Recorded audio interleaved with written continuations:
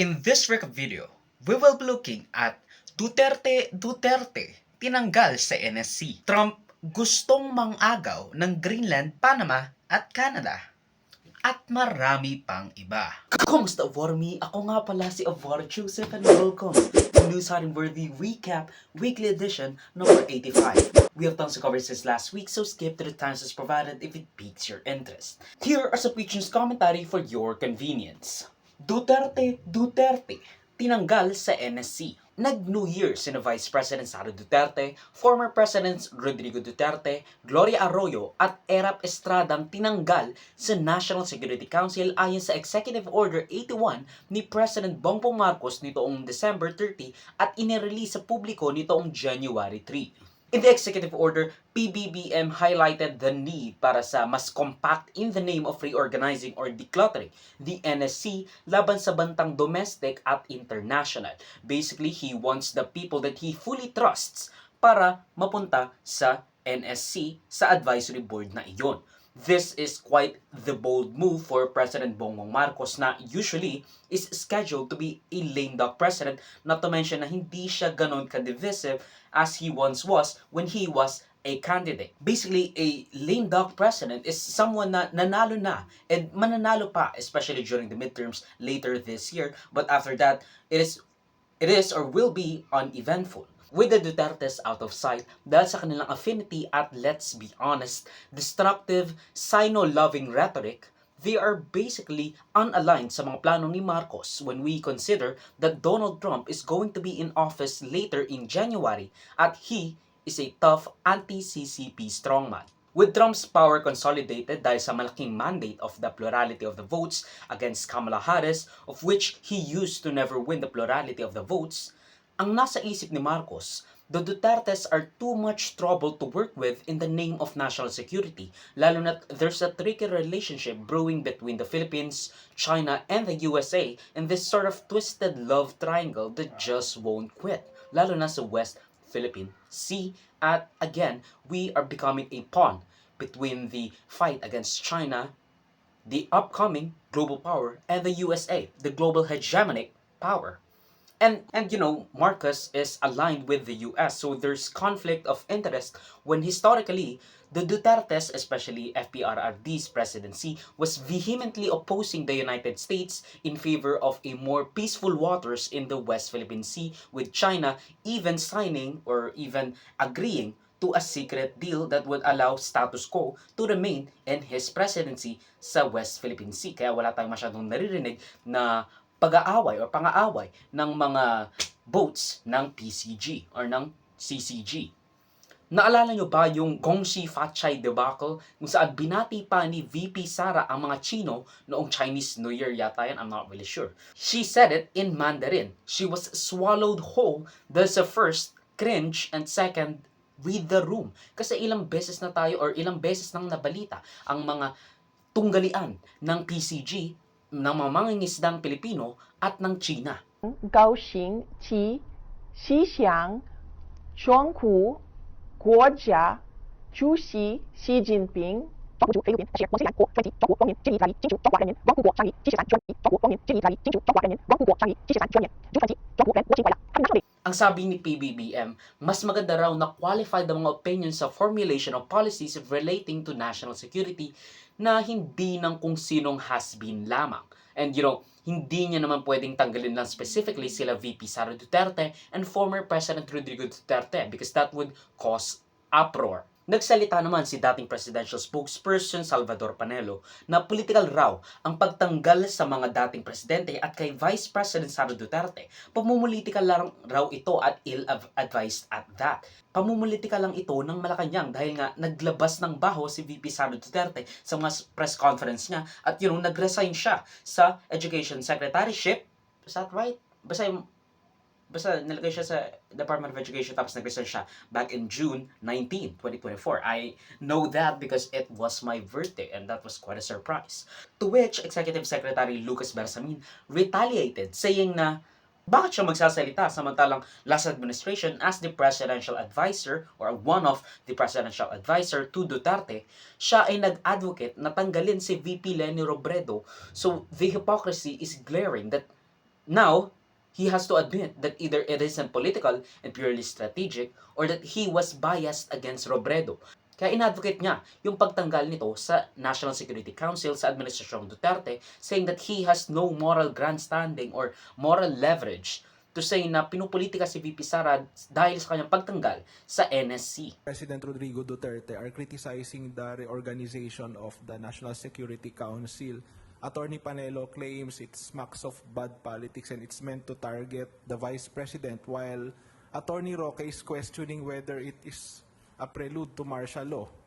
Kasi dinanggal daw yung mga Vice President noong time ng unang Marcos admin. What do you say to those criticisms? Dalawang bagay, ano. Meron akong nabasa na something that reminded me that Panelo, during his time as presidential advisor, was also advocated the exclusion of then Vice President Leni Robredo. No? So he has no moral authority to question the decision of the president. But the second thing that I would like to emphasize here is this. Look at it this way. The National Security Council is an advisory body. And this is an advisory body in relation to the President as the Commander-in-Chief. So the President has the right as well as the responsibility of seeing to it that whoever advises him is within his fullest trust and confidence. Now, I am not saying that the Vice President has already does not anymore deserve to be trusted. But I'm just saying that with the recent developments, it is not going to be good advice or good action on the part of the President to still have her on board. Now anyway, the President has the absolute power, the power of absolute reorganization, meaning he can choose the people he listens to or he would listen to. So if the National Security Council is supposed to be including members who are trusted by the President, then let it be understood in that light. Wala kaming personalan, but my statement before was the Vice President has ceased to be relevant as far as the responsibilities of that membership in the National Security Council is concerned. Secretary, how about the question of Attorney Roque that the President is supposedly, whether the President is considering martial law because of these changes in the NSC? Alam mo kung iniisip mo yan lagi, that's malicious, ano? Because the Constitution is very clear when may a President declare martial law. I don't think it is in the mind of the President right now. What he has in mind is the economic prosperity of the country, the health and welfare of the people, especially those of the lower classes, and the prioritization of his legacy projects. No? The President accepts that as the number one concern. It's not about martial law. It's not about extending himself in power. No, he has no thinking about that. He does not even think in those terms. Malicious talaga si Mr. Harry Roque. Salamat po. Thank you very much, Executive Secretary Bersamin, Secretary Bautista, and Secretary Uy. Which Panelo said na hindi niya inadvocate ang pagtanggal ni VP Leni sa NSC at inimbita pa nga niya raw noong 2016 si VP Leni. We all know na it's political. Everything is political, especially when we're talking about the national security of the country. Paano pa kaya at gusto nang i-impeach yung taong tinatanggal mo o yung tinanggal mo sa NSC? Basically, what we were trying to say is that, as Executive Secretary Lucas Bersamin said, na the NSC is an advisory body and the President wants the people in the NSC to be the people that he can trust. The people that will advise him is the people he can trust. Basically, kung iisipin natin, pwedeng ang mangyayari dito is the fact na ang tunay na presidente ay si Lucas Bersamin. Kasi again, only he has control of who President Bongbong Marcos will listen to. Dahil wala na nga yung mga dating presidente. And it's unilateral at best. Kumbaga, puro yes man na lang kay Lucas Bersamin. Kaya nga sinabi ni Amy Marcos, di ba?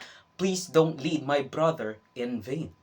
Pero whatever, we don't really know anything at this point. So let's just watch and watch. Trump gusto ang Greenland at Canada at Panama at Gulf of America. Guess who's back? Back again. Donnie's back. Don't tell a friend. Nandito na naman tayo. We've lived to see the day of another DJT presidency and he will be as crazy as he was. Multiply it by 10. Dahil nga again, nag-consolidate na siya ng power with a huge mandate given to him by the people of the United States of America. Because for the first time ever since he ran at nanalo noong 2015, mas mataas na vote count ang kanyang nakuha kumpara sa kanyang kalaban na si Vice President Kamala Harris. At ngayon, crazier than ever, marami siyang pinagsasabi-sabi, particularly with his resumption to get Greenland to the United States of America as a territory by either occupying the frozen island from Denmark. Unti-unti na nating nakikita ang importansya ng Arctic Circle sa seguridad ng Amerika laban sa mga banta nito sa kanila or sa mga banta dito sa kanilang declared enemy tulad ng Russia at China, notwithstanding the abundant natural resources na maaari nating makita dyan, lalo na at nalulusaw na ang yelo sa Arctic Sea. Matagal nang gustong kunin ng Amerika ang Greenland mula sa Denmark and even back in the 1900s, gusto pa ngang iswap ng Amerika ang Mindanao kapalit sa Greenland. So now you know how huge of a deal this is for the United States and the fact na mas importante na ito ngayon kumpara noon. And with Emperor Trump under President Elon's guide, nearing the start of his presidency in I think the 20th, Trump considered huge tariffs at sanctions sa Denmark, Canada kung hindi nila ibebenta o ibibigay ang Greenland, with him not even ruling out the possibility of a military action against a NATO ally. I mean, can you imagine? Can you assure the world that as you try to get control of these areas, you are not going to use military or economic coercion? No, I can't assure you on either of those two. But I can say this, we need them for economic security.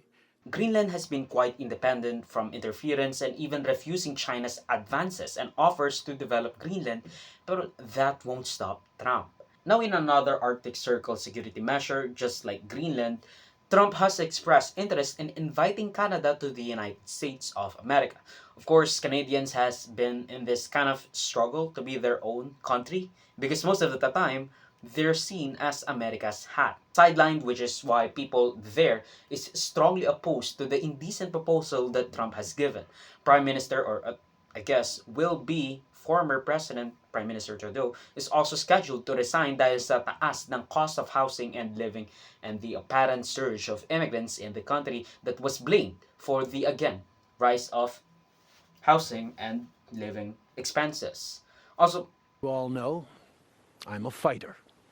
Every bone in my body has always told me to fight because I care deeply about Canadians, I care deeply about this country, and I will always be motivated by what is in the best interest of Canadians. And the fact is, despite best efforts to work through it, Parliament has been paralyzed for months after what has been the longest session of a minority parliament in Canadian history. That's why this morning I advised the Governor-General that we need a new session of Parliament. She has granted this request, and the House will now be prorogued until March 24th. Over the holidays, I've also had a chance to reflect and have had long talks with my family about our future. Throughout the course of my career, any success I have personally achieved has been because of their support and with their encouragement. So last night over dinner, I told my kids about the decision that I'm sharing with you today. I intend to resign as party leader, as Prime Minister, after the party selects its next leader through a robust, nationwide, competitive process. Last night, I asked the President of the Liberal Party to begin that process. This country deserves a real choice in the next election, and it has become clear to me that if I'm having to fight internal battles, I cannot be the best option. I guess this is kind of a global news thing that is oddly America Blue centric, but whatever. Both countries has counter-offered the blue states for free healthcare and less loonies, especially Washington, California. Again, last on the list is that Trump has also expressed interest and even coercion to get the Panama Canal back in the United States property after former president and recently deceased Nobel Peace Prize winner Jimmy Carter gave it all to Panama for $1 or something like that. Military force to acquire Panama and Greenland. Are you also considering military force to annex and acquire Canada? No, economic force, because Canada and the United States, that would really be something. You get rid of that artificially drawn line, and you take a look at what that looks like, and it would also be much better for national security. Don't forget, we basically protect Canada. But here's the problem with Canada. So many friends up there. I love the Canadian people. They're great. But we're spending hundreds of billions a year to protect it. We're spending hundreds of billions a year to take care of Canada. We lose in trade deficits. We're losing massive. We don't need their cars. You know, they make 20% of our cars. We don't need that. I'd rather make them in Detroit. We don't need the cars. We don't need their lumber. We have massive fields of lumber. We don't need their lumber. We have With some stipulations on the free access of everyone. Siguro mas lalo siyang nagalit kay Jimmy Carter kasi naka-half-mast ang lahat ng flag sa kanyang inaugurasyon. Dahil nga, again, namatay siya noong, I think, December 30. He said that it was an atrocious deal that killed thousands of people nung ginagawa yung Panama Canal, and that Panamanian government has been cozying up with the Chinese Communist Party on the People's Republic of China. Thank you very much. It's an honor to be with you. Many things are happening that are exciting. Can you assure the world that as you try to get control of these areas, you are not going to use military or economic coercion? No. What is the strategy? Yeah, And I then can't that's- assure you, you're talking about Panama and Greenland. No, I can't assure you on either of those two. But I can say this, we need them for economic security. It might be that you'll have to do something. Look, the Panama Canal is vital to our country. It's being operated by China. China. And we gave the Panama Canal to Panama. We didn't give it to China. And they've abused it. They've abused that gift. It should have never been made, by the way. Giving the Panama Canal is why Jimmy Carter lost the election, in my So, basically trying to alienate the continent that has ASML, a crucial part of microchip in manufacturing sa Europe, with vis-a-vis Greenland and Denmark. I don't think he'll actually get Greenland, Canada, and Panama Canal, but he'll definitely get something out of all of this as the leader of the unfree, free world. But if he did get Greenland and Panama Canal, it will definitely be a good thing for US hegemony and maybe even eclipse everything that he has done to undermine the democracy in the US. Kasi that's a good thing to get Panama Canal and Greenland and maybe even the addition of another state or states in the form of Canada's provinces. If done diplomatically, of course, or if it appears as so, but it would also push those affected to further antagonize the United States of America and specifically Donald Trump in the history books, which could form the rise of ISIS-esque rebellion or terrorists that has gone to, again, especially in Panama, oppose the United States intervention, oppression of the people living there. Oh, he also wanted to rename the Gulf of Mexico to the Gulf of America for whatever reason. I mean, America first, baby. Gulf of America. What a beautiful name. And it's appropriate.